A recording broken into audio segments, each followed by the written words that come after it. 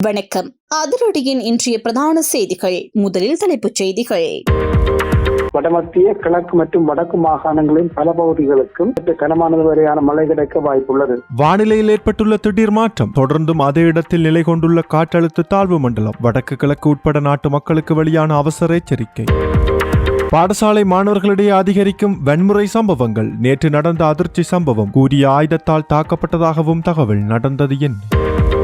Drone தொழில்நுட்பத்தின் முன்னோடிகளாக இருந்த வான்புலிகள் காலம் கடந்தும் புகழப்படும் நம்மவர்கள். முன்னாள் விமானப்படை தளபதி கூறிய விடயம்.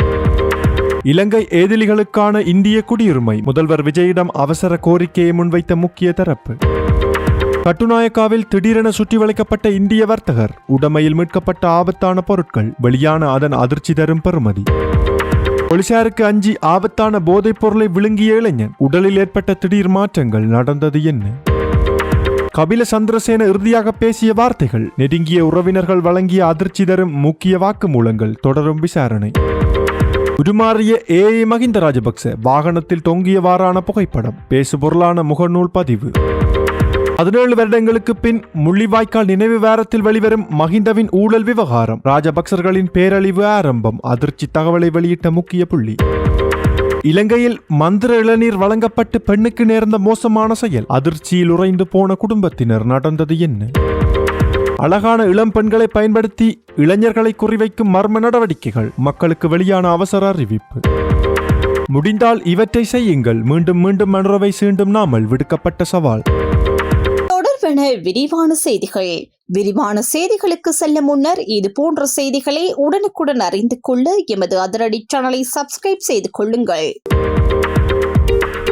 மத்திய வங்காள விரிகுடாவில் உருவாகியுள்ள காற்றழுத்த தாழ்வு நிலை எதிர்பாராத வேகத்தில் நகராமல் கடந்த பல மணி நேரங்களாக குறிப்பிட்ட இடத்திலேயே நிலை கொண்டிருப்பதாக யாழ்ப்பாண பல்கலைக்கழகத்தின் புவியியல் துறை சிரேஷ்ட விரிவுரையாளரும் வானிலை ஆய்வாளருமான நாகமுத்து பிரதீபராஜா தெரிவித்துள்ளார். நமது அதிரடி ஊடகத்திலிருந்து தொலைபேசி மூலமாக தொடர்பு கொண்டு தற்போதைய மழை நிலைமை குறித்து வினாவிய போது அவர் இதனை தெரிவித்துள்ளார். அவர் மேலும் தெரிவிக்கையில், மத்திய வங்காள விரிகுடாவில் உள்ள நன்கமைந்த காற்று தாழ்வு நிலை முன்னர் எதிர்பார்த்த வேகத்தில் நகராமல் கடந்த பல மணி நேரங்களாக குறிப்பிட்ட ஒரு இடத்திலேயே நிலை கொண்டிருந்ததன் காரணமாக ஏற்கனவே விலகும் என எதிர்பார்க்கப்பட்டிருந்த மழையுடன் கூடிய வானிலை அடுத்த 48 மணித்தியாலங்களுக்கு பின்னரே விலகும் என எதிர்பார்க்கப்படுகின்றது.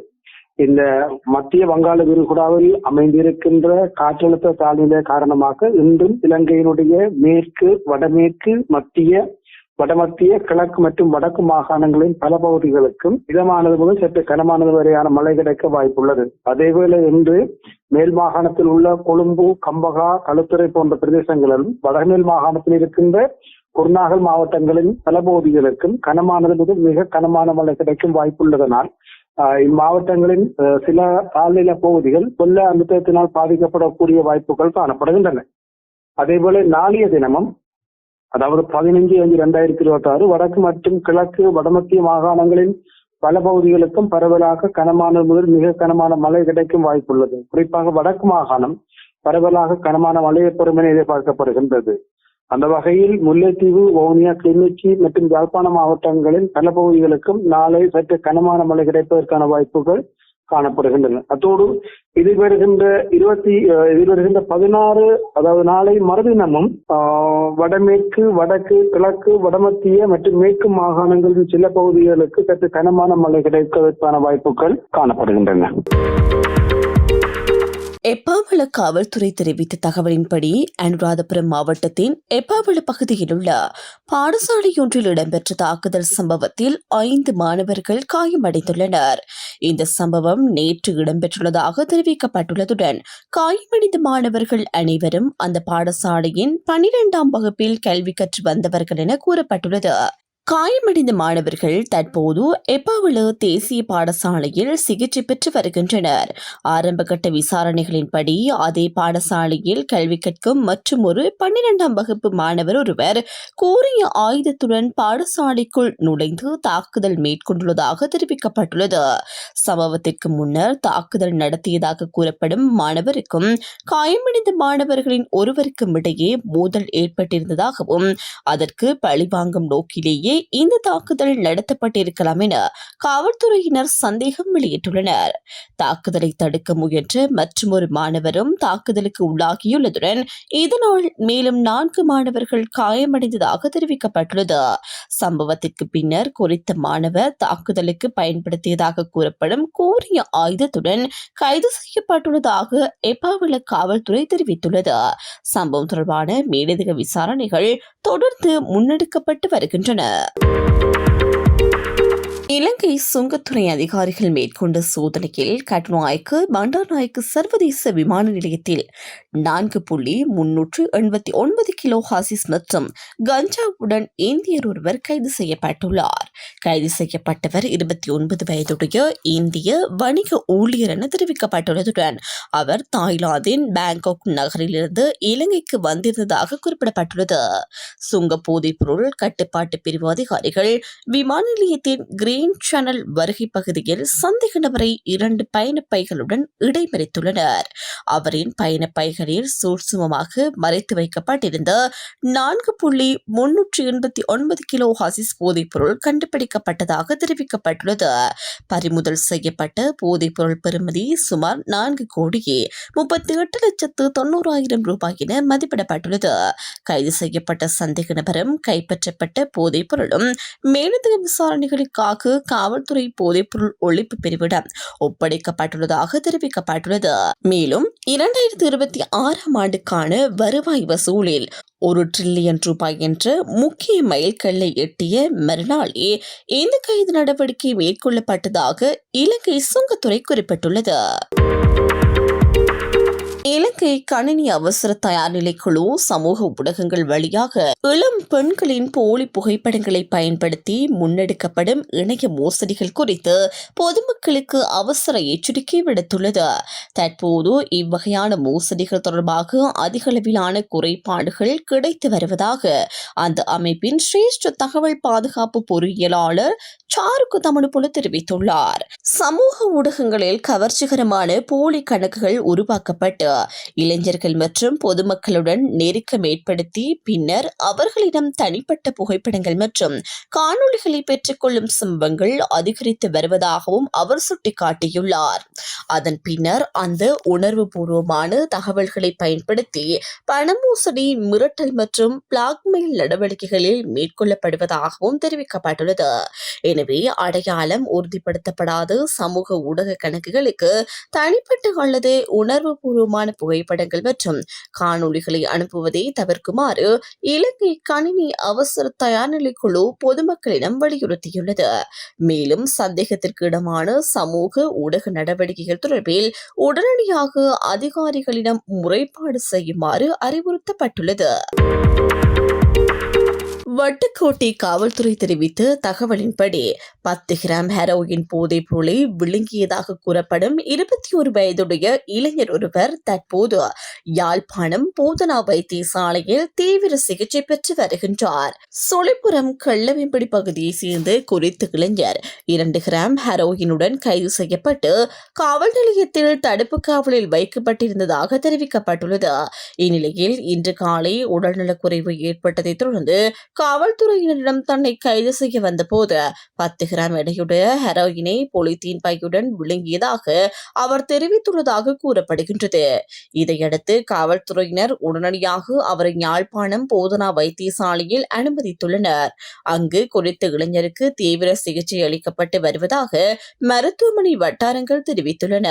மேலும் குறித்த இளைஞர் அதற்கு முன்னரும் போதைப்பொருள் தொடர்பான குற்றச்சாட்டில் கைது செய்யப்பட்டிருந்ததாகவும் அவருக்கு எதிரான வழக்கு தற்போது நீதிமன்றத்தில் நடைபெற்று வருவதாகவும் வட்டுக்கோட்டை காவல்துறை குறிப்பிட்டுள்ளது.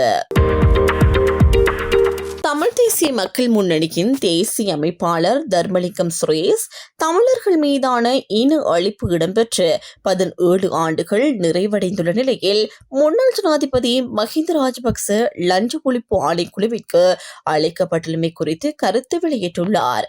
கொக்கட்டிச்சோலை படுகொலை நினைவு தூபியில் உயிரிழந்தவர்களுக்கு அஞ்சலி செலுத்திய பின்னர் ஊடகங்களுக்கு கருத்து தெரிவிக்கும் போதே அவர் இதனை குறிப்பிட்டுள்ளார்.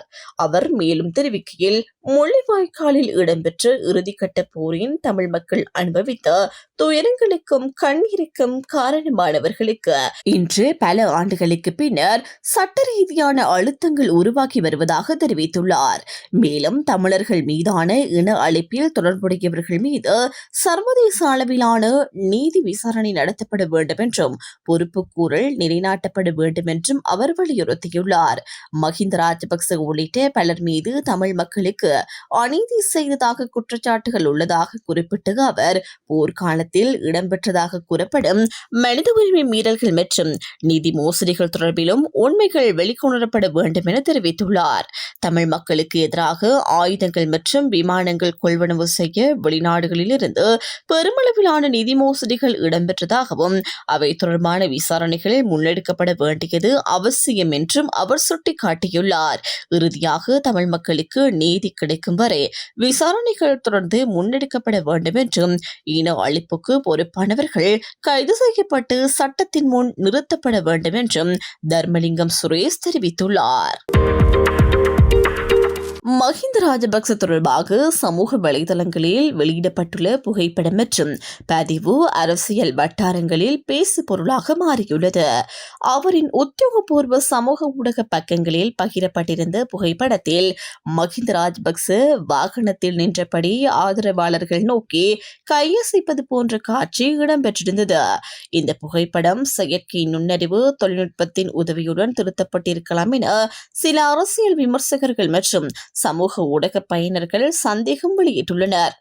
அந்த பதிவில் மக்களின் ஆதரவை தவிர அரசியலில் ஒருவரை மகிழ்ச்சிப்படுத்தும் வேறு எதுவும் இல்லை என்றும் இவர்கள் எமது மக்கள் என்றும் குறிப்பிடப்பட்டிருந்தது. இதேவேளை மஹிந்த ராஜபக்ச மீது முன்னெடுக்கப்பட்டு வரும் விசாரணைகள் மற்றும் அவரது உடல்நிலை தொடர்பான விவாதங்களின் பின்னணியில் இந்த பதிவு வெளியாகியுள்ளது. அவரது மகன் நாமல் ராஜபக்சவின் அரசியல் எதிர்காலத்தை வெளிப்படுத்தும் நோக்கிலும் மக்களின் ஆதரவு தொடர்ந்தும் தமக்குள்ளது என்பதை வெளிப்படுத்தும் முயற்சியாகவும் இந்த சமூக ஊடக செயற்பாடுகள் பார்க்கப்படுகின்றன என அரசியல் விமர்சகர்கள் கருத்து தெரிவித்து வருகின்றனர். மேலும் இந்த பதிவுகள் நேரடியாக நாமல் ராஜபக்ச அவர்களால் வெளியிடப்படவில்லை என்றும் அவரது பிரசார குழுவே சமூக ஊடக நடவடிக்கைகளை முன்னெடுத்து வருவதாகவும் குற்றச்சாட்டுகள் முன்வைக்கப்பட்டுள்ளன. சேகரியா போலீசார் மற்றும் கெக்கிராவ போலீசார் விசாரணை நடத்தி வரும் சம்பவத்தில் பேருந்து பயணத்தின் போது அறிமுகமான நபர் ஒருவர் காதலிப்பதாக நம்ப வைத்து மயக்க மருந்து கலந்த இளநீர் வழங்கி பெண்ணிடமிருந்து சுமார் 17 லட்சம் ரூபாய் பெறுமதியான தங்க நகைகளை மோசடி செய்துள்ளதாக தெரிவிக்கப்பட்டுள்ளது. பாதிக்கப்பட்ட யுவதியிடமிருந்து பயணத்தின் போது நெருங்கிய அந்த நபர் தன்னை நல்ல குணமுடையவராக காட்டிக்கொண்டு அவரது நம்பிக்கையை பெற்றதாக கூறப்படுகின்றது.